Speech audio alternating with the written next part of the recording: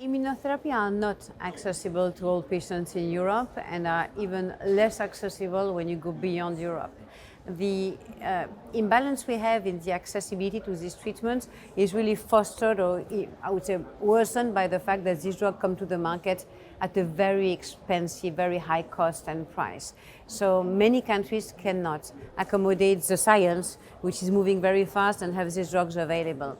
What will be the solution? Well, at some point we'll have to discuss how the pricing of this drug might be adapted, maybe in a reimbursement process evaluation, to the countries where you live. So there's no reason, and my colleagues don't like me to say that a drug would have the same price in Switzerland, in Greece, or in Turkey, or in Russia, because the people don't live in the same environment, so they don't earn the same money every day. So I think a reimbursement model which has something to do with the GDP of a country, not only it could be too simple, but has to be put in place. So we have to work on that.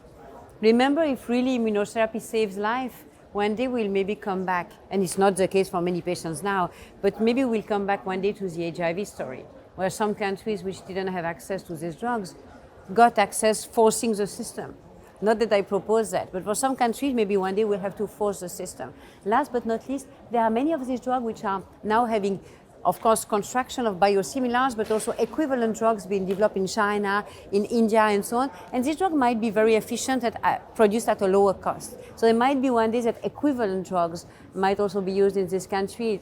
That's how it is in Asia and in Africa. Very often drugs come from small production of similar products in their region. So all these things will be put in place, but I think long term, and also for Europe, and also for Switzerland, long term we will need to be sure that everything we do is sustainable.